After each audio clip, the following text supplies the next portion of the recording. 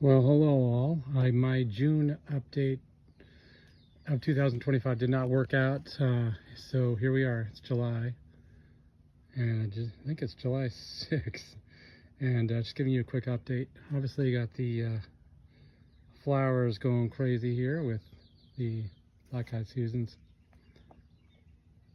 and gladiolas are really crowded in here, and some wildflowers in the mix. Had a variety of things growing down this row. Had squash, like a white patty pan, and some herbs, basil. A chard hanging out from last year.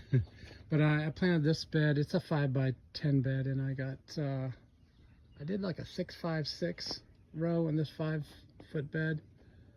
It worked out pretty well. It's a little tight getting in there to harvest, but I think it might be doable for next year.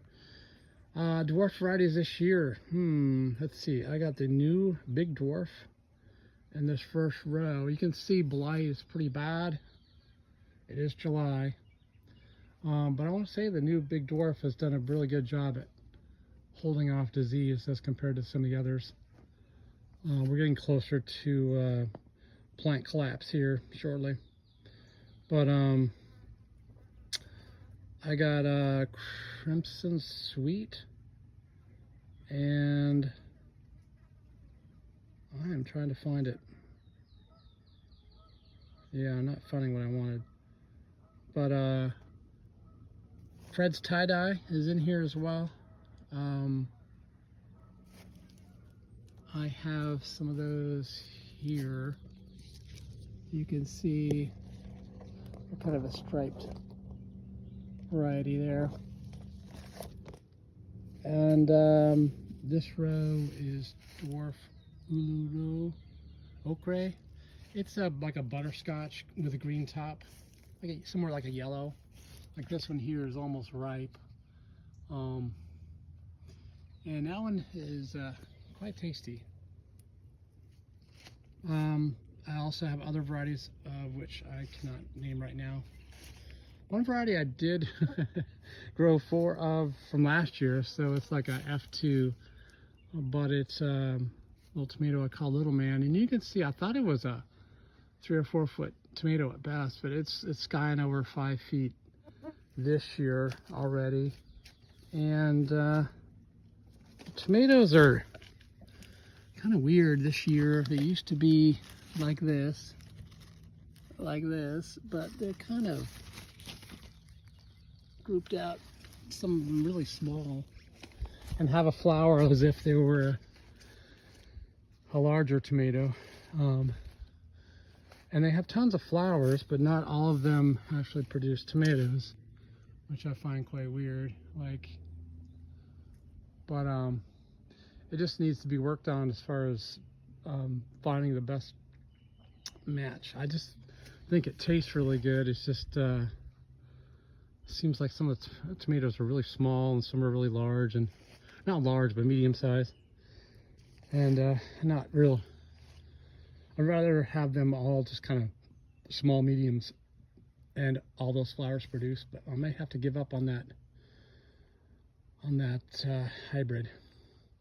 Certainly got some onions here, and trying to figure out what I'm going to do about these raspberries that are monstering this bed and a half. I love raspberries, but I don't want it to take this much. So I'm going to have to create a new bed somewhere else.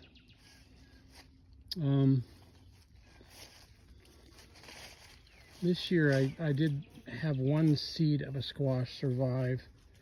It's called Gentry, and I think it's grown like in South Africa. I just have one, and it's not very big, but hopefully get that one and I can produce more next year.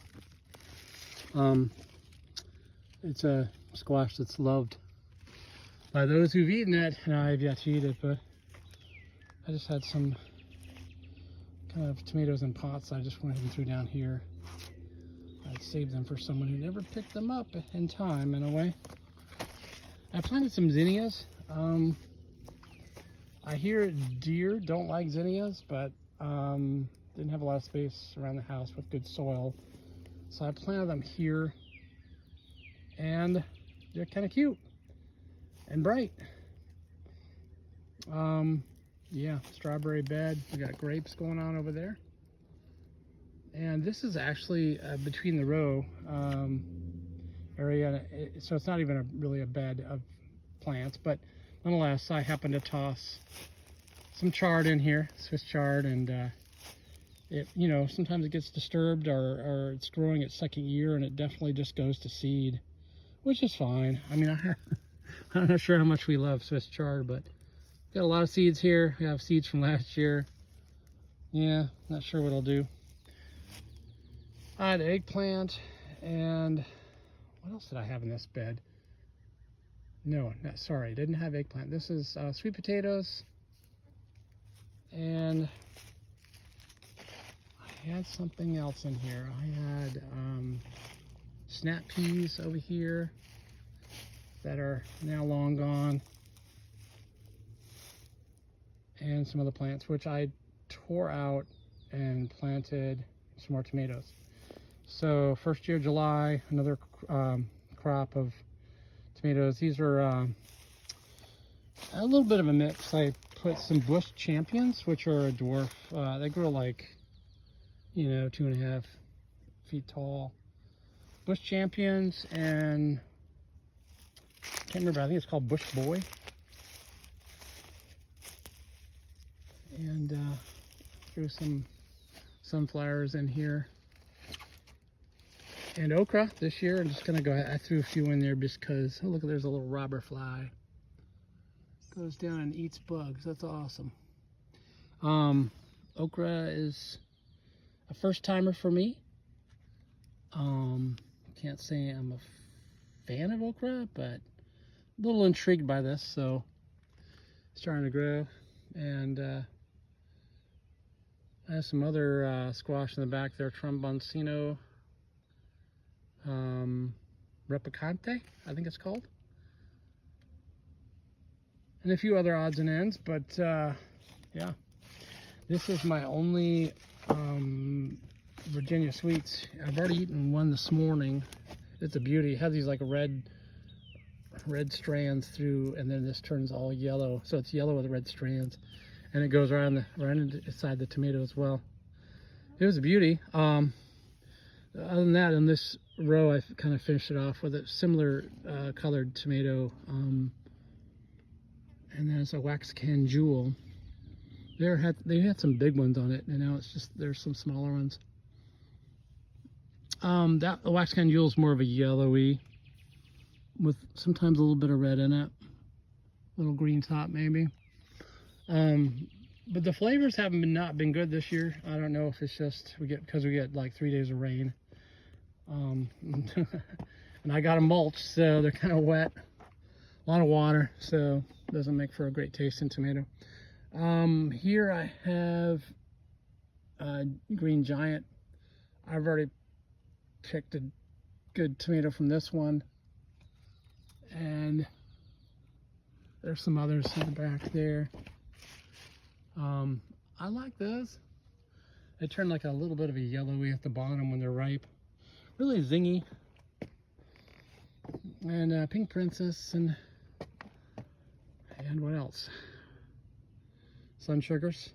These here are Pink Princess, but the Sun Gold Sun Sugar, I don't remember what I planted, but it's one of the two. Tigerella. Yeah, not disease resistant by any means. I will definitely not be growing it this year because it's just not that great.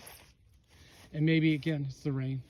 For flavor, it was not that great. And this one is the AGDI. I can't remember the Italian variety. I can't remember the exact name. I couldn't even say it. It's like Italian, but it starts with an A and then there's a G. Anyway, not something I want to grow again. Yeah, over here, I thought these were short tomatoes. Obviously did not do my homework.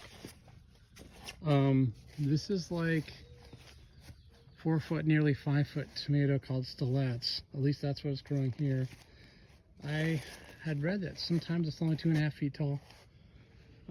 This obviously is not the case here. But it's not very much of a producer. It's very prone to disease here. We got a lot of water though too. So was it a flop? I guess it was worth it to plant it. Not sure I will do that again. Thinking sticking with more dwarfs. This bed was mostly a failure. It was cucumbers and, you know, got a few little cilantro seeding out and a lot of weeds. I just haven't been out here much. I do work full time. So yeah, not a lot of cucumbers this year. I do have a lot of shade going on with this peach tree, which has turned into quite the peach monster. Might cut it down next year if it doesn't produce, because it's just taking up too much light. A fig, another peach. I just made this an herb bed and planted some flowers nearby. Petunias there. Got a lot of parsley and a little bit of this and that in there, even a glad. And some more zinnias. So yeah, kale bed. I do have the blue curled, and then I planted a dwarf Siberian kale. I'm gonna try it. The sow bugs have been eating me out with all the mulch and all. The sow bugs tend to survive really nicely, and they will eat your plants. Went ahead and threw some more tomatoes over here. I pulled out some squash, some zucchini. As a matter of fact, this bed over here was going to be harvested even a week or two sooner, in mid-June. But the sow bugs, I had too much mulch in here, and the sow bugs just ate up most all of my green beans. This was a fail. This bed I popped in between beds here, so to speak. This was cantaloupe, watermelon, and just weeded out. And I put some composty soil in here from a farmer, and I'm thinking it was maybe to my demise, as things just sit in it. And I put nutrients on it. It just sits there. That little seedling right there, that's been there for about 4 weeks. So I'm not sure what to do with that composty material that I got from a farmer, because it's not helping me out. Today, I'm probably going to pull the rest of these green beans out. I'll probably pull all these strawberries out. They were from a store-bought variety, just happened to pop up, and I can't say it's that great. And shortly, in the next week or two, I'll probably pull these last of the zucchini survivors out, the yellow squash, zucchini, whatever.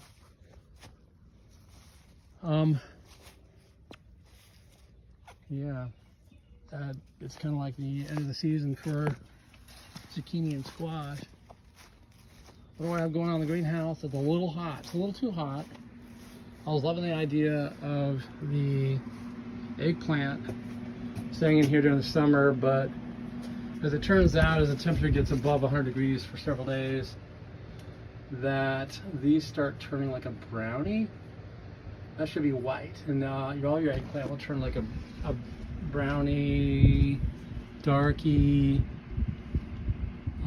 color. Even the flower head is going to turn brown. It's because the temperature is too hot, and it will do that. So I'm not sure what I'm going to do about that. If I pull them out of here, they'll probably get eaten by flea beetles. But I might go ahead and pull one of them out and see how we do. But it's basically flea beetle food, you know? I do have more zucchini going on in here. This is Dunja Green, or Dunja Green with a D, I think. Started some more, so we'll get some in August, September, and started some more cucumbers. It's kind of late. We'll see what happens in September for cukes. Anyway, that's my follow-up for this July. My only hope is that maybe next year I'll have less rain and better tasting tomatoes. But I'm certainly thankful for what I have here, and look forward to harvesting some big slicers there. I've already had a few, but I have a lot more coming.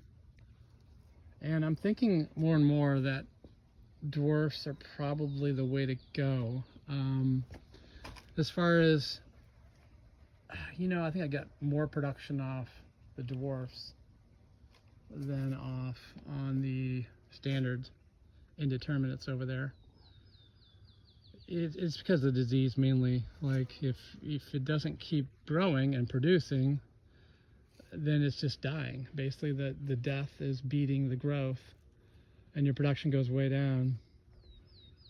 The dwarf just seems to maybe have more leaf coverage, and therefore it shades your flowers a little better, and therefore if your flowers stay cooler,